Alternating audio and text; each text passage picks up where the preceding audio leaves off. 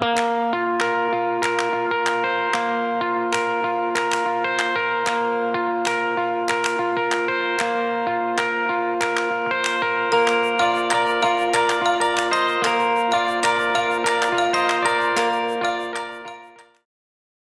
pesar de la tentación en su casa, a pesar de la tentación en la casa de Potifar, a pesar de la dificultad, él siempre se mantiene haciendo lo correcto y buscando honrar a Dios con su vida. Y como él es fiel, entonces Dios lo prospera. Y en cada una de las etapas, Dios va prosperando a este hombre José. Y además de prosperarlo, Dios lo pone en una nueva posición. Lo saca de su casa y lo lleva a un foso. Del foso lo lleva a Egipto, de Egipto a la casa de Potifar, de la casa de Potifar a la cárcel. Y como vamos a ver hoy, lo lleva de la cárcel al trono. Así que es una historia hermosa, una historia muy edificante. Y hoy vamos a estar en el capítulo 41 hablando de este tema. Y básicamente, como les decía, vamos a aprender, vamos a repasar, vamos a descubrir, vamos a hablar acerca de 3 lecciones que por lo menos yo puedo ver en este pasaje. Es la lección de la sala de espera, la lección del mejor plan y la lección de la gratitud. Y yo quisiera que estas lecciones usted pueda atesorarlas para su vida, porque son lecciones que de alguna manera las conocemos, pero muchas veces las perdemos en el continuo devenir de la vida. Y empecemos con la lección de la sala de espera. Vamos a ir a Génesis, capítulo 41, versículo 1. Dice la Biblia: aconteció que pasados 2 años tuvo Faraón un sueño. Le pareció que estaba junto al río. Y empieza a contar el sueño, la Biblia. Vamos a ir al versículo 8 para avanzar. Sucedió que por la mañana estaba agitado su espíritu, hablando de Faraón que había tenido un sueño. Y envió e hizo llamar a todos los magos de Egipto y a todos sus sabios, y les contó Faraón sus sueños, mas no había quien los pudiese interpretar a Faraón. Entonces el jefe de los coperos habló a Faraón diciendo: ay, me acuerdo hoy de mis faltas. Cuando Faraón se enojó contra su siervo, nos echó a la prisión de la casa del capitán de la guardia, a mí y al jefe de los panaderos. Él y yo tuvimos un sueño de la misma noche, y cada sueño tenía su propio significado. Estaban allí con nosotros un joven hebreo, siervo del capitán de la guardia, y se lo contamos, y él nos interpretó nuestros sueños y declaró a cada uno conforme a su sueño. Y aconteció que como él nos lo interpretó, así fue. Yo fui restablecido en mi puesto y el otro fue colgado. Entonces Faraón envió y llamó a José, y lo sacaron apresuradamente de la cárcel, y se afeitó y mudó sus vestidos y vino a Faraón. Este es el pasaje de hoy. Todavía recuerdo el día. Yo estaba vestido con traje, saco, corbata, mi maletín. Eran las 6:30 de la mañana. Estaba junto con mis 3 hijos en ese tiempo, todos de edad de kinder y de escolar, y tenía que irlos a dejar de mi casa acá en Atillo hasta San Pedro, allá al Colegio Monterrey, y eran las 6:30 de la mañana. Y estábamos ansiosos volviendo a ver, porque el mecánico me había dicho que llegaba a las 6 de la mañana con el carro. ¿Hay algún mecánico aquí? Sí, ¿verdad? Sí hay. Pero esos son ninguno de ellos es, y son muy puntuales. Pero entonces estaba yo ahí a las 6:30, imagínense, ¿verdad? Yo que soy desesperado con el tiempo, y era la hora, y ellos estaban ahí, que qué iban a hacer. Y entonces llaman por teléfono, y contesto el teléfono y me dice: Fran, sí, ¿usted sabe contar? Y yo: sí. Pues no cuente con el carro, pues no lo va a tener hoy, ¿verdad? Y entonces a correr, a buscar un taxi a esas horas. Hay veces, hermanos, que la espera nos trae decepciones y nos trae apuros. Pero hay otras veces que la espera nos produce una expectativa de felicidad, de gozo y de esperanza. Como de la mujer que está embarazada y decimos: está esperando un bebé. Habrá un momento donde ese bebito que está ahí creciendo va a nacer, va a ver la luz. Y entre tanto que eso llega, está ese proceso de formación. Su cuerpo se está preparando, y todas las mujeres que han sido aquí madres saben que ese tiempo es inolvidable para ustedes. Cada embarazo, desde que el momento que supieron, viendo todo ese proceso, cada patadita que da el bebé, etc. Su cuerpo se está preparando para ese momento. Esa es una espera hermosa de felicidad, de gozo, puede ser que de temor, pero también de esperanza. Y es una espera que ustedes saben desde el principio que es un proceso. Y hay esperas de esperas. Cuando usted está haciendo fila en la caja en la madrugada, una fría madrugada, y le dan la ficha y la ficha dice ficha número 157, ¿verdad? Entonces usted debe entender cuál es el verdadero significado de ese nombre que le dan a usted en la caja. Usted llega y dice, ¿quién es usted? Paciente Francisco Arroyo, ¿verdad? Usted es un paciente. Entonces usted tiene que esperar. Y usted llega ahí inquieto, pero usted no, tiene que esperar. Usted es un paciente, ¿verdad? Y le llegará el momento de ver al doctor. Mientras tanto, usted es un paciente. Y si usted es como yo, ¿verdad? El día que repartieron la paciencia, seguro estábamos en la fila de la Contraloría de Servicios poniendo una queja, ¿verdad? ¿Cuántos son compañeros míos aquí?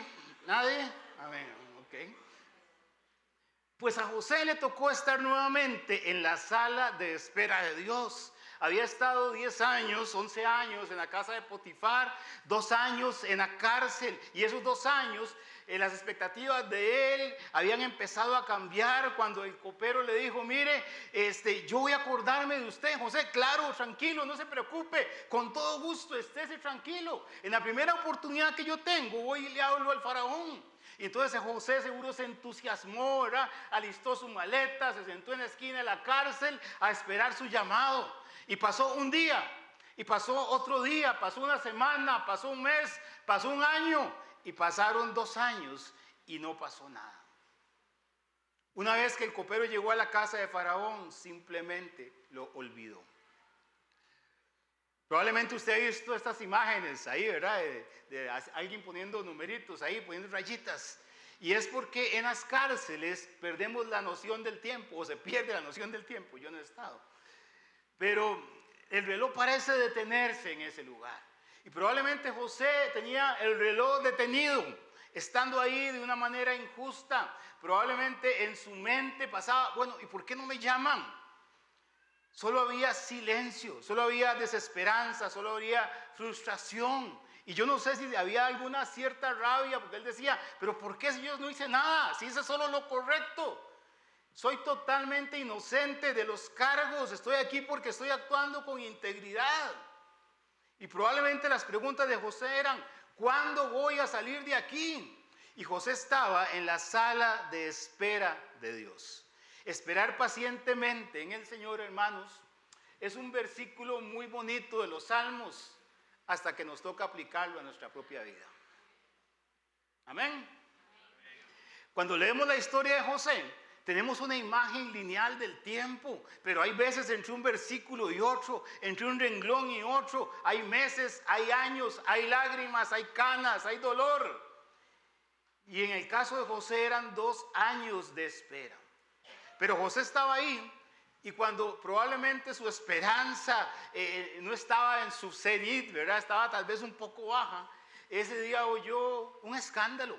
Ese día oyó a algunos guardas que venían preguntando por José el hebreo. Y José entonces dijo, aquí estoy, levántate. Y entonces a José lo pusieron en el patio, lo manguerearon, lo bañaron, lo afeitaron, lo perfumaron, lo raparon, porque los egipcios se iban rapados, y se lo llevaron al palacio de Faraón. Piensa en esta escena. Mientras iba en el carro, probablemente José iba con temor, pero tal vez estaba empezando a entender que mientras él estaba contando los numeritos, mientras él estaba contando el tiempo, mientras él estaba haciendo la espera, Dios había estado, ¿qué? Trabajando. Dios había estado poniendo las cosas en su lugar, las personas, los eventos, para que justamente en su tiempo pudieran cumplirse sus propósitos. Amén. Así como la Biblia dice que cuando vino el cumplimiento del tiempo, Dios envió a su Hijo nacido de mujer, un día específico en el reloj de Dios. ¿Saben? Nosotros tenemos un reloj que corre a un ritmo distinto del tiempo del reloj de Dios. Nosotros vemos el entorno nuestro hoy, vemos nuestras circunstancias, Pero mientras nosotros estamos sentados en la sala de espera de Dios, Dios está trabajando, Dios está centrado en su trono y, como yo siempre digo, dirigiendo los hilos de la trama. Me encanta un pasaje cuando Dios empieza a hablarle a Nabucodonosor a través de Daniel. Y entonces le dice Dios a través de Daniel a Nabucodonosor: 7 tiempos pasarán sobre ti hasta que conozcas que el Altísimo tiene dominio en el reino de los hombres y que lo da a quien quiere. Tu reino quedará firme. Y lo que quiero resaltar es, luego que reconozcas que hay que reconocer que el cielo gobierna. ¿Quién gobierna? El cielo. ¿Y quién gobierna en el cielo? Hermanos, esa es la imagen. Usted y yo, desde la ventana de nuestra cárcel de la espera, tenemos un panorama muy distinto al que Dios puede ver desde su trono. Esta es la misma historia nuestra en muchos casos. Mientras esperamos pacientemente al Señor, Dios está actuando, Dios está trabajando. Y sabe, si hacemos un análisis de la vida del cristiano es una vida de espera. Dice la Biblia que nosotros esperamos a que nuestro cuerpo mortal sea transformado en un cuerpo de inmortalidad para ser completamente libres. La Biblia dice que esperamos al Señor Jesucristo, del que un día va a venir para que nosotros podamos verle cara a cara a quien amamos sin haberle visto. Dios dice también, o su palabra dice, que Dios responde nuestras peticiones mientras nosotros estamos esperando. El camino del cristiano es un camino de espera, es un camino donde tenemos que ir avanzando, no es una carrera de 100 metros como siempre decimos, sino una maratón de fondo, porque las cosas buenas de Dios llevan el tiempo de Dios. Y por eso dice el libro de Hebreos que nosotros debemos mantener firme, sin fluctuar, la profesión de nuestra esperanza, porque fiel es el que prometió. ¿Sabe? Muchas personas no mantienen firme su profesión. Un día tomaron una decisión por Jesucristo, pero un tiempo, una semana, un mes, un año después han abandonado sus propósitos. Pero la Biblia nos exhorta a que nosotros nos mantengamos firmes, sin fluctuar, manteniendo la profesión, la vocalización de nuestra esperanza. A uno le da mucho gozo cuando oye a personas. Un día de eso me llamó una persona de otro país que por alguna razón me llamó y empezamos a hablar de cuando conversábamos hace 40 años acerca de las cosas del Señor. Y él se mantiene en los caminos del Señor. Y él decía: hermano, qué bueno que estamos en las cosas del Señor todavía. Pero hermanos, la profesión de la esperanza hay que seguirla. Y sabe, la sala de espera de Dios, por la sala de espera de Dios pasaron muchos cristianos y muchos creyentes importantes. Abraham tuvo que esperar por su hijo Isaac como 30 años. Isaac tuvo que esperar que Dios le proveyera una esposa a través de un trato que había hecho ahí con su siervo Eliezer.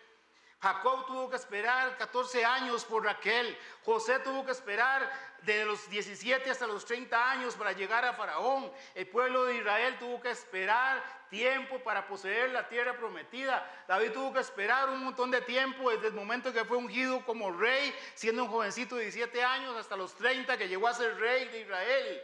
Job tuvo que esperar el tiempo de su redención. Jeremías tuvo que esperar ahí en un lugar inmundo también, hasta el momento en que él pudiera ver la consolidación de Dios liberando a Israel.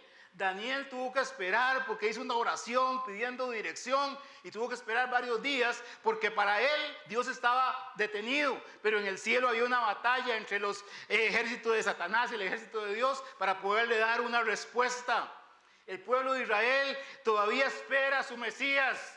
María y Marta estaban quejándose porque Jesús no había llegado, lo esperaron 4 días. Jesucristo iba a tener el mayor ministerio de la historia y tuvo que esperar 30 años para empezar y un ministerio de 3 años nada más. Así que usted y yo, ¿de qué nos quejamos? La palabra esperar viene del hebreo yakal, que significa, oiga lo que significa, ahí está en pantalla: aguardar, tardarse, confiar, ser paciente, tener expectativas de algo. muchas veces se traduce como esperanza también. Hay veces la palabra esperar se traduce como esperanza. Dice el Salmo 130, versículo 5, en esta versión: espero al Señor, lo espero con toda el alma. En su palabra que dice, he puesto mi esperanza.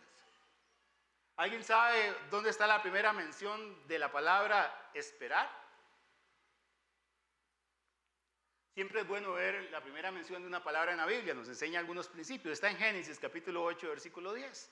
Hablando de Noé, que está viendo a ver si el agua ha bajado, y entonces, ustedes recuerdan la historia, él está tirando ahí, sale ¿qué es? Una paloma, ¿verdad? A buscar. Y dice la Biblia, esperó aún otros 7 días y volvió a enviar la paloma fuera del arca.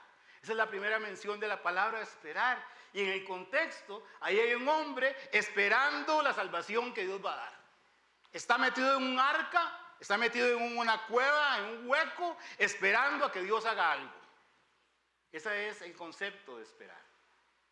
Cuando Dios te pide que esperes pacientemente a Jehová, cuando Dios estaba hablando con José y dice, tranquilo muchacho, yo estoy en control, ¿qué es lo que significa realmente estar esperando? Me encontré 3 buenas definiciones. La primera dice que esperar bíblicamente hablando es no suponer lo peor, no preocuparse, no enojarse, no exigir ni querer asumir el control. Tampoco esperar es inactividad, y aquí viene la parte central de la definición. Esperar es el esfuerzo sostenido para estar enfocado en Dios mediante la oración y la confianza. Esperar es guardar silencio ante el Señor, es esperar en Él sin alterarse. ¿Y usted dice que está esperando? Muchas veces nuestras ansiedades es porque no sabemos esperar. Esperar en el Señor, dice otra definición, es el resultado de depender de Dios, de someter nuestra voluntad a sus condiciones, a sus tiempos. Esperar siempre incluye 2 cosas, tiempo y paciencia. Santiago dice, mas tenga la paciencia su obra completa para que seáis perfectos sin cabales, sin que os falte cosa alguna. Y la otra definición es que la Biblia, la espera con frecuencia, incluye una esperanza y una confianza en Dios y una expectativa de que Él actuará a nuestro favor en su debido momento. Y vienen algunas citas. Básicamente esperar es eso. Esperar es no es inactividad, es el esfuerzo sostenido de confiar y esperar que Dios va a hacer algo. Y si nosotros no tenemos esa esperanza, esa espera activa, entonces no estamos hablando de la esperanza que el Señor está hablándonos. Hermanos, muchachos, jóvenes, señores, señoras, los que están aquí en el templo, los que nos ven en otros lugares, yo no sé cuál es el problema suyo esta mañana. No sé qué lo acongoja, no sé en cuál es la cárcel en la que usted está. No sé cuáles son las peticiones que te hacen estar de rodillas ante el trono de la gracia. No sé cuánto es el tiempo que llevas esperando. No sé si ya te cansaste de rogar y esperar resultados. No sé si tu corazón ha desfallecido, como en ocasiones el mío. Pero por favor, hermano, amigo, no abandones, no desmayes. Sigue rogando, sigue clamando, porque la Biblia dice que los muchachos se fatigan y se cansan, que los jóvenes flaquean y caen, pero puede decir conmigo, pero los que esperan a Jehová tendrán nuevas fuerzas, levantarán alas como las águilas, correrán y no se cansarán, caminarán y no se fatigarán. Dios puede darte la fortaleza para esperar en Él. Cuando estás esperando en Él se produce un proceso que no entiendo, que es que nuestra misma debilidad, lo que nos lleva a orar, nuestra misma impotencia, se ve fortalecida con el Señor para que podamos seguir esperando en Él. Decía un ganador del Nobel, León Tolstoy, decía, los 2 guerreros más poderosos son la paciencia y el tiempo. Y decía otro señor, Luc de Caplier, perdonen el francés, ¿verdad? No sé si así se dice, perdón. La paciencia es el arte de la esperanza. Pensando en esto, estos días me llegó un mensaje de Charles Stanley. Charles Stanley falleció en estos días. ¿Cuántos de ustedes fueron bendecidos, impactados por la vida de este hombre? Gracias a Dios por él. Un hombre fiel. A sus WhatsApp, Somos IBE, le está llegando en este momento un mensaje de él que llama Requisitos para esperar en Dios, donde él desarrolla mejor este tema porque no tenemos el tiempo, pero se lo dejo ahí para que usted lo pueda ver. Y si usted no está en el chat de Somos IBE, le puede decir a Juan Carlos o a mí ahora al final del culto y con mucho gusto lo vamos a incluir. Entonces, ojalá pueda escuchar este precioso mensaje de este hermano que ya no está esperando la redención, ya está con el Señor. Pero esa es la lección 1. La lección 2 es la lección del mejor plan. Vamos a ir al capítulo 41, versículos 14 al 17. Dice la Biblia. Entonces Faraón envió y llamó a José y lo sacaron apresuradamente de la cárcel y se afeitó y mudó sus vestidos y vino a Faraón. Y le dijo Faraón a José: yo he tenido un sueño y no hay quien lo interprete, mas he oído decir de ti que oyes sueños para interpretarlos. Póngale atención todas las veces que José habla. Respondió José a Faraón diciendo: no está en mí Dios, Dios será el que te dé respuesta propicia a Faraón. Entonces Faraón le dijo a José: en mi sueño me parecía que estaba a la orilla del río. Leamos hasta el versículo 25, ustedes conocen la historia. Entonces respondió José a Faraón: el sueño de Faraón es uno mismo. Dios ha mostrado a Faraón lo que va a hacer. Las 7 vacas hermosas 7 años son, y las espigas hermosas son 7 años, y el sueño es uno mismo. También las 7 vacas flacas y feas que subían tras ellas son 7 años, y las 7 espigas menudas y marchitas del viento solano 7 años serán de hambre. Esto es lo que respondió a Faraón. Lo que Dios va a hacer lo ha mostrado a Faraón. Versículo 32. Y al suceder el sueño a Faraón 2 veces significa que la cosa es firme de parte de Dios y que Dios se apresurará a hacerla. Por tanto, y dice José después de darle esto: provéase ahora a Faraón de un varón prudente y sabio como yo, ¿verdad? Y póngalo sobre la tierra de Egipto. Haga esto Faraón y ponga gobernadores sobre el país y quinte la tierra. Consejo de administración: cuando estás en abundancia ahorra al menos al 20%. Y quinte la tierra de Egipto con los 7 años de abundancia, y junten toda la provisión de esos buenos años que vienen, y recojan el trigo bajo la mano de Faraón para mantenimiento de las ciudades, y guárdenlo. Y esté aquella provisión en depósito para el país, para los 7 años de hambre que habrá en la tierra de Egipto, y el país no perecerá de hambre. Sigue diciendo: el asunto pareció bien a Faraón y a sus siervos, y dijo Faraón a sus siervos: ¿acaso hallaremos a otro hombre como este, en quien esté el Espíritu de Dios? Y dijo Faraón a José: pues que Dios lo ha hecho saber esto, no hay entendido ni sabio como tú. Tú estarás sobre mi casa, y por tu palabra se gobernará todo mi pueblo, solamente en el trono seré yo mayor que tú.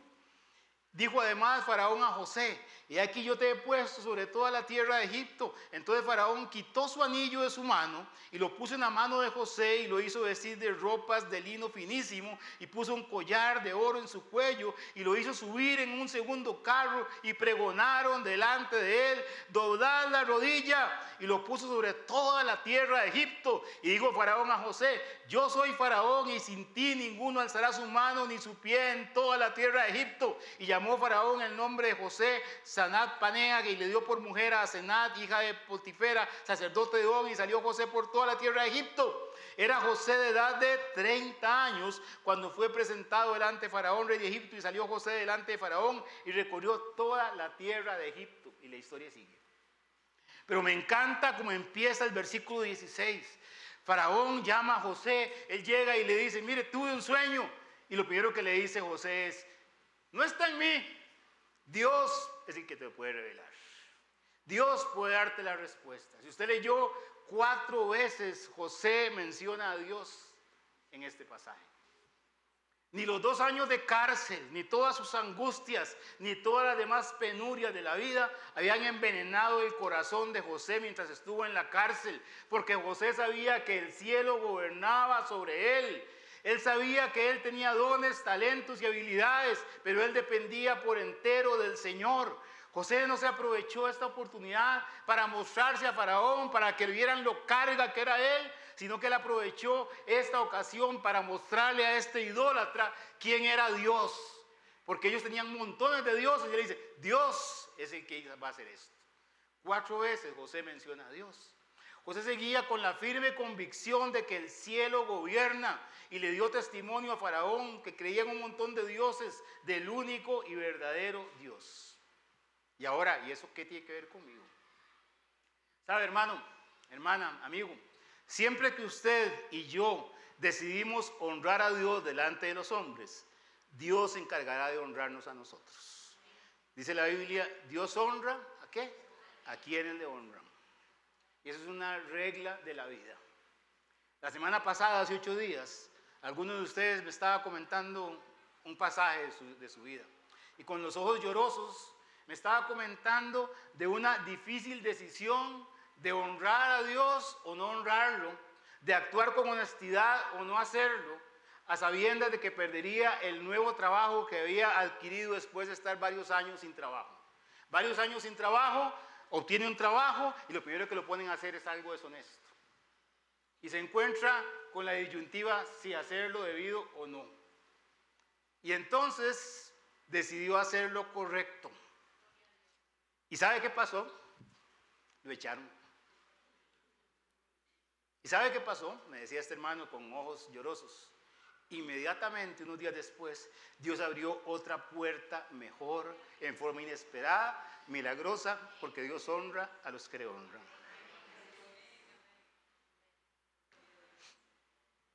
Pensemos en José, hermanos. José era un esclavo en la cárcel, que estaba acusado de violación. Un esclavo en una cárcel no tiene ningún derecho. Se encontraba preso. Si le hubieran pasado una lista de deseos, un formulario sobre sus peticiones para ver qué podían hacer por él, los deseos de José hubieran sido: yo quiero que me saquen de la cárcel. Yo quiero que me declaren inocente de los cargos de violación. Yo quiero que me vendan o me coloquen donde un buen patrón, porque él era un esclavo. Y tal vez, si todo se alineara, que algún día me dieran la posibilidad de comprar mi libertad. Esas eran las peticiones de José, muy probablemente. Este sería su mundo ideal, dadas sus circunstancias. Pero entienda o entendamos que en los planes de Dios, Dios estaba preparando a José para algo mucho más grande. Y es así como José pasa de ser un esclavo metido en la cárcel a ser el segundo hombre en el poder de Egipto en tan solo un día, detrás de Faraón. Y para que nadie dude, para que nadie, que tenían a los hebreos como lo peor de la existencia, para que nadie le objete, entonces le da el anillo, le da símbolos de autoridad, le da sus ropas, hace que la gente se arrodille delante de él. Faraón se encarga de darle símbolos de autoridad. ¿Sabe por qué? Aquí hay otra lección de administración. Porque capitán sin autoridad es un nombre perro. ¿No entendió? Cuando usted delega algo a alguien y le dice, mire, usted va a ser el encargado de hacer esto, pero no le da poder ni le da autoridad, no está haciendo nada. Pero cuando usted delega algo, tiene que dar junto con la delegación los símbolos de autoridad. ¿Cierto o no? Y ahora sí. Faraón se quitó su anillo y lo puso en la mano de José. Le puso ropas de lino finísimo, le puso un collar de oro en el cuello, lo hizo subir en un carro, obligó a la gente a arrodillarse delante del hebreo, le cambió el nombre y el nombre de él significa ahora para los egipcios el que revela los secretos. Y además le dio una esposa de la mejor clase sacerdotal de Egipto. ¿Fue bendecido y prosperado José? El camino al palacio no fue rápido, no estuvo exento de dolor, todo lo contrario. Pero como hemos dicho una y otra vez, Dios usó todas las circunstancias difíciles para pulir a José, para colocarlo en el lugar que él había diseñado, para que él pudiera llegar a ser aquel hombre que él quería usar para rescatar a Israel. Pero eso sucedió porque José no echó a perder el plan, porque José fue fiel y fue íntegro en su vida. ¿Qué aprendemos usted y yo? Aprendemos que debemos mantenernos fieles aún en medio de las pruebas. Aprendemos que debemos esperar en Dios aunque no veamos resultados inmediatos. Aprendemos o debemos entender que Dios puede llevarnos a lugares, posiciones inesperadas si eso redunda en el cumplimiento de sus planes eternos. Amén. Lo que pasó con José es la explicación gráfica, es el visual perfecto del concepto de la prosperidad de Dios. Es cuando Dios te lleva más allá de tus posibilidades para cumplir sus propósitos eternos, para expandir el reino de Dios, porque ha encontrado en ti una persona, un hombre, una mujer que ha sido fiel, que ha decidido honrarle en su corazón, que tiene temor de él en el corazón, que tiene temor a su majestad.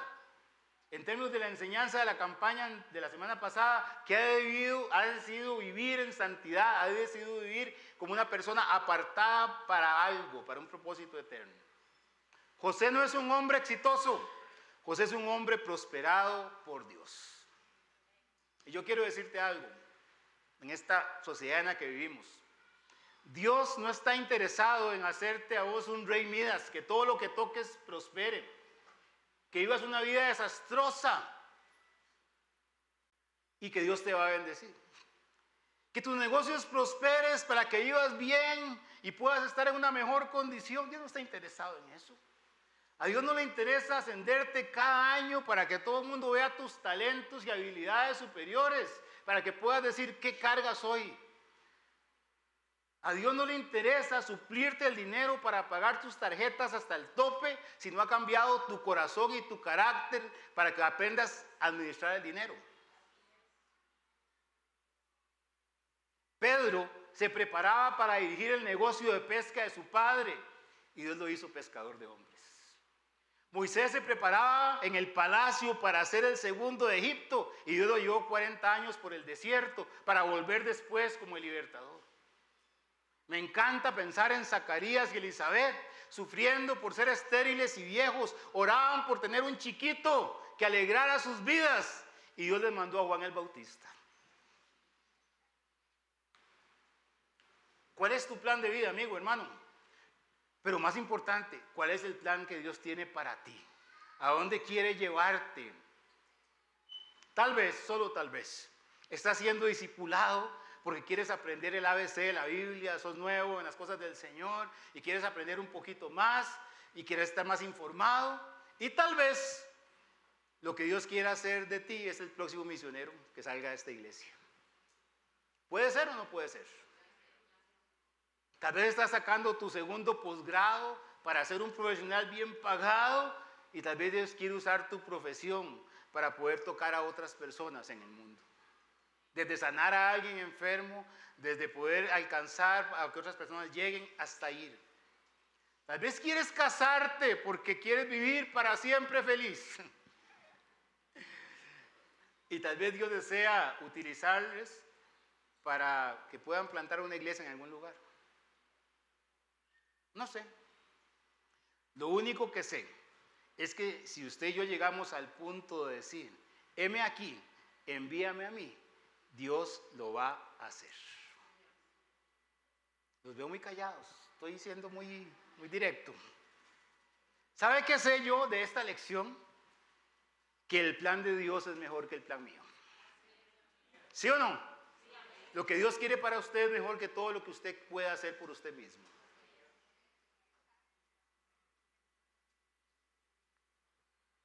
Y como le dije que eran 3 lecciones, vamos por la tercera.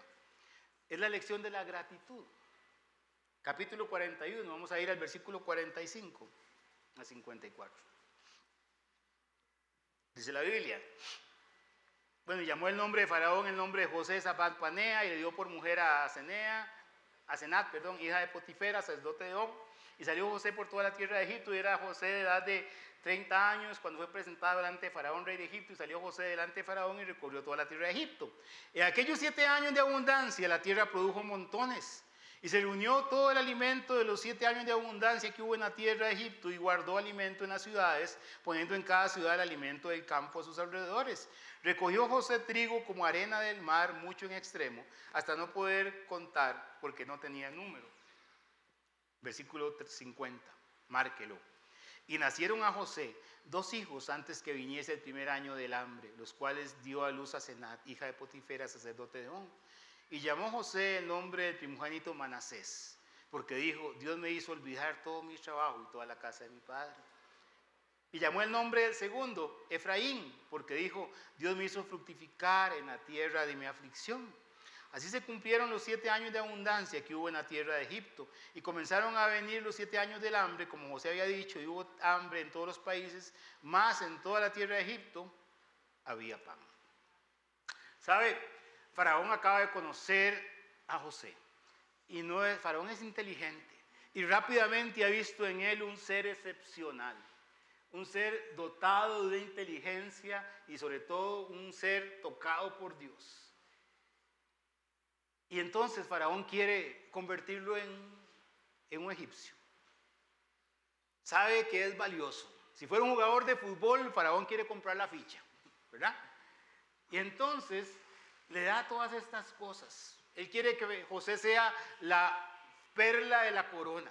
Le concede toda clase de honores. Como dije, le cambia el nombre, le dio a Asenat.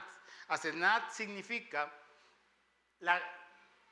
Asenat es dedicada a o perteneciente a la diosa Neit. Y Neit era una antigua diosa de la guerra y de la caza. Dicen los que saben de esto que fue la creadora de dioses y hombres, era una divinidad funeraria, diosa de la sabiduría e inventora en la mitología egipcia. Esto era un honor, el ser aliado, el ser metido en la casa de Potifera, que era sacerdote de On. On era la ciudad sagrada de los adoradores del sol. La ciudad también se llama Heliópolis, todavía usted la puede visitar hoy si quiere ir. Se llama la ciudad del sol. Era el centro de adoración del dios del sol, Ra. Estaba situada a 16 kilómetros al norte del Cairo. Oiga esto, los sacerdotes de On estaban considerados entre las personas más inteligentes y cultas de Egipto y su erudición era insuperable. Heródoto, el antiguo historiador, informaba diciendo que los hombres de Heliópolis son los más eruditos de los egipcios. Y además, el sumo sacerdote de On ostentaba el título de el más grande de los videntes. Ahí fue a parar José, imagínense. A José lo llevan a la crema y nata de Egipto. Lo meten en el lugar donde él podía calzar bienísimo, porque si el suegro era el vidente, era, ¿cómo fue que dije yo? El más grande de los videntes, ahora le estaban mandando ahí a otro más grande todavía. Gracias por la música de fondo para poder ahí. Eso yo lo agradezco también. Un momento, ahora lo agradezco.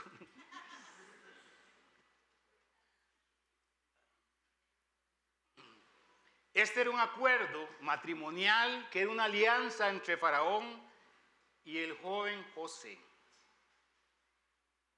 Fran, ve, yo quería que usted llegara a ese pasaje. Es el pasaje que yo necesitaba, Fran. Entonces, si José se pudo casar con una egipcia, yo también. Vamos por partes, vamos por partes. Pero no dice Fran en la ley de Moisés que no podían casarse con gente que no fuera de Israel. Ajá, correcto. Éxodo capítulo 34 dice eso. Eso se escribió 400 años después. Cuando José está ahí, él solo tenía un mandato y está en Génesis 24, versículos 2 al 4.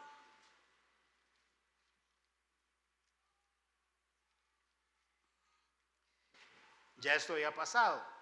Era Abraham ya viejo y bien avanzado en años, y Jehová lo había bendecido en Abraham en todo. Y dijo a Abraham a un criado suyo, el más viejo de su casa, que era el que gobernaba en todo lo que tenía: pon ahora la mano debajo de mi muslo y te juramento por Jehová, Dios de los cielos y de la tierra, que no tomarás para mi hijo mujer de las hijas de ¿quiénes? De los egipcios. ¿Eran cananeos? ¿no? Ok, entre las cuales yo habito, sino que irás a mi tierra y a mi parentela y tomarás mujer para mi hijo Isaac. Pero José no estaba en su tierra ni en su parentela. José, bajo la permisiva mano de Dios, Dios más bien estaba permitiendo esto para que José pudiera prosperar en esta tierra y bendecir luego a Israel. Ya habíamos visto que José era un hombre santo y piadoso y que no haría nada por quebrantar la voluntad de Dios. Y también tenemos que entender que Israel no era una nación como usted y yo le imaginamos en este momento. Dice la Biblia en Génesis 46 que cuando llegaron todos los parientes de José eran 70 personas, sus 10 hermanos, sus esposas eran 70 personas. Y estuve buscando sobre esta mujer Asenat y en la Biblia por supuesto no hay mucho, pero hasta hay una novela. Y todos los rabinos judíos tienen una historia lindísima. Tal vez a usted que le gustan las novelas puede leerlo. Pero lo que dicen, ¿verdad?, es que ella se convirtió al Dios de José. Y yo no dudo que haya sido así. Porque me enseña la Biblia que cuando José, en los 7 años de abundancia, es bendecido con 2 hijos, él decide que sus nombres sean nombres que tengan un significado especial, profundo para él. Y es que el significado de los nombres en la Biblia siempre es trascendente. Los nombres de la Biblia me hablan del origen, del propósito. Siempre son una descripción, una característica distintiva de una persona. O muchas veces es el deseo de los padres para que sus hijos puedan tener como un tipo de profecía, ojalá autocumplida. ¿Cuántos de ustedes sacaron tiempo para pensar en los nombres de sus hijos? Levanten la mano. ¿Cuántos ahí? Lo pensaron, buscaron libros, se pelearon por el nombre de los hijos. ¿Quiénes? Ahora sí, nadie levantó la mano cuando dije pelear, ¿verdad? Pero hermano, nosotros le ponemos atención a los nombres que queremos darle a nuestros hijos. Tal vez ellos no lo sepan, tal vez ellos no lo recuerden, tal vez a ellos no les importe absolutamente nada, pero detrás de los nombres de muchos de nuestros hijos hay una historia que contar. Hay un deseo, hay una petición, hay un anhelo. Cuando Dios nos dio a Daniel hace unos años, ¿verdad? Nosotros buscábamos el nombre, Daniel. Dios es mi juez. Siempre pensamos que este niño que nace siempre piense tener temor de Dios, que Dios es el juez de él. 3 años después nació David. Significa amado por Dios. Y nuestro deseo era que él siempre pensara en que Dios tenía algo que ver con él y que lo amaba todos los días. Y luego llegó Francisco, que no significa nada. Era el nombre, ¿verdad?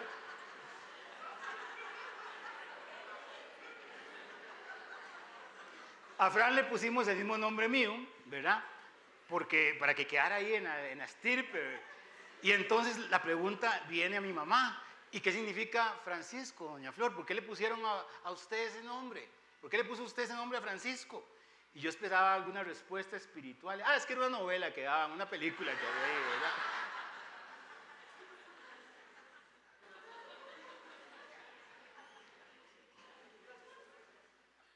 Pues eso mismo pasó con José.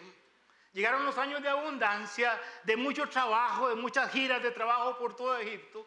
Pero también los éxitos, y Dios lo bendice de una manera excepcional, lo hace papá.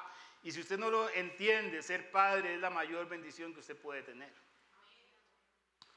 Y cuando su esposa le da la noticia, porque ella fue la primera que se dio cuenta que estaba embarazada, seguro viene, José, aquí tengo la lista con los nombres que le vamos a poner a nuestro hijo, ¿verdad? Y si es hombre, le vamos a llamar hijo de Ra, Dios del sol. Si es mujer, Azarel Junior, seguro, ¿verdad? Como yo. Pero José le dice, con esa sabiduría que tenemos todos los hombres, no, amor, yo le voy a poner un nombre que represente mi historia, que represente lo que Dios ha hecho conmigo. Y entonces nació Manasés y Dios le puso, Dios me hizo olvidar mis problemas. Dios me hizo olvidar los problemas en la casa de mis padres. Cada vez que lo llamaban para ir a la pulpería, cada vez que metía un gol en la mejenga, el Huila, cada vez que la maestra lo llamaba en clases, Manasés, estaba diciendo, Dios hizo olvidar a su papá de sus problemas, de sus huecos, de sus cárceles. Y al otro le puso Efraín. Dios me hizo prosperar.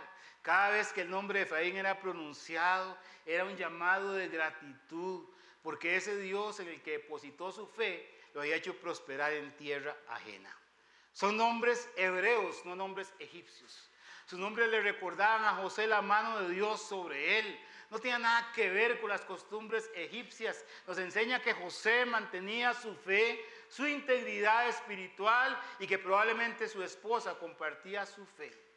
A José no se le fue la fama a la cabeza, no se le fue el dinero a la cabeza. Seguía siendo un hombre que demostraba su dependencia y su gratitud a Dios. José tenía todo el derecho de pensar que lo que ahora tenía se lo había ganado a pulso, con el sudor de su frente, con sacrificio, con dolor, con integridad, que se merecía cada dólar en su cuenta de banco.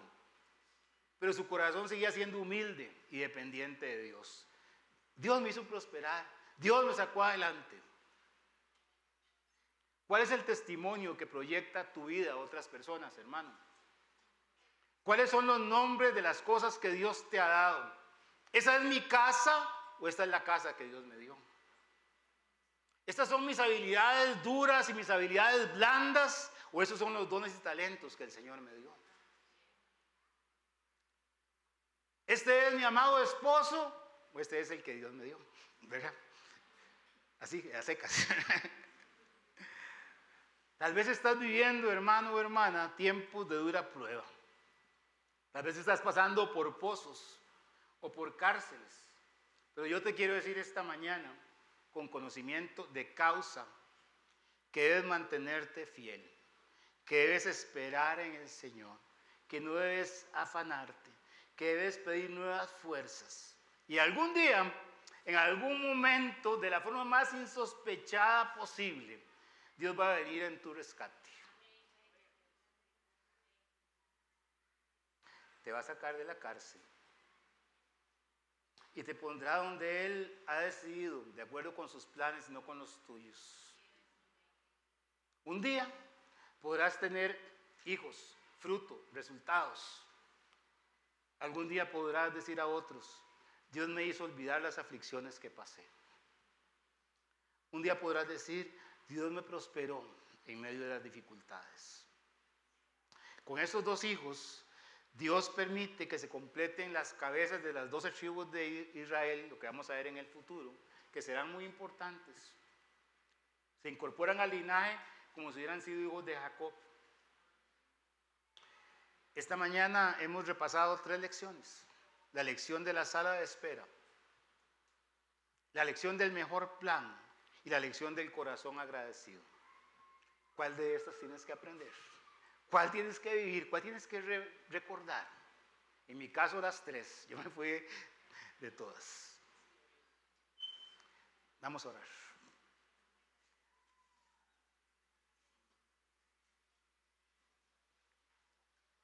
Ahí como estás en actitud de oración, tus ojos cerrados. Esta mañana yo quiero hablar contigo si nunca has aceptado a Cristo en el corazón. Yo he dicho que Dios tiene un mejor plan para ti que el que tú tienes. Y en el plan de Dios, Él desea hacerte hijo tuyo. Él desea que tu vida, que no tiene paz espiritual, pueda ser una vida en paz con Dios. Y por eso mandó a Jesucristo. Si nunca has aceptado a Cristo en tu corazón y dices, yo quiero lo que Dios quiere para mi vida, quiero levantar mi mano y decirle al Señor que entre a mi corazón, levante su mano y vamos a orar por usted. ¿Hay alguna persona que quiere levantar su mano y decir, yo necesito a Cristo en mi corazón? ¿Hay alguien? Nadie. Y si usted necesita esta mañana recordar, aprender, practicar, repasar, agradecer la lección de la sala de espera, la lección del mejor plan o la lección de la gratitud o las 3 juntas y dice yo quiero eso para mi vida, también puede ponerse en pie y vamos a orar por usted. Amén. Gracias a Dios por usted también. ¿Qué necesitas? ¿Estás esperando? Hay que seguir esperando con fe. ¿Qué necesitas? Tomar la dirección de tu vida, hay que pedirle a Dios el mejor plan para ti. Necesitas un corazón agradecido por lo que tienes. El Señor siempre busca corazones agradecidos. Vamos a orar. Padre, muchas gracias por esta mañana, por darnos acceso a tu palabra, acceso a la historia de José, para poder aprender muchas cosas. Tal vez, Señor, no vemos todas, pero algunas. Entre ellas, Señor, que nosotros debemos esperar pacientemente a Jehová y que tú nos vas a sacar adelante en medio de nuestras pruebas duras. Tú conoces nuestras lágrimas, tú conoces, Señor, nuestro dolor en el corazón, pero tú, Señor, nos vas a sacar adelante, Señor. Y queremos pedirte fuerzas para seguir adelante, Señor. También, Señor, tú tienes un mejor plan que el que yo tengo para mi vida. Y yo quiero pedirte junto con mis hermanos que nos ayudes a ser inteligentes y a depositar nuestra confianza en ti, a fiarnos en ti para que nuestros caminos sean enderezados por ti, Señor. Y también, Señor, esta mañana queremos recordar que nosotros tenemos que ser agradecidos contigo, que tenemos que vivir dándote gracias, dándote honra por todo lo que somos, por todo lo que tenemos y lo que no tenemos también, Señor. Tú conoces las vidas de mis hermanos, saben por qué se han puesto en pie, y los que no también lo sabes. Solamente te pido que toques su corazón y que no nos vayamos de aquí, Señor, como entramos, sino que nos vayamos pensando, reflexionando, pidiéndote en el corazón que tú hagas una obra en nosotros. En el nombre de Jesús. Amén.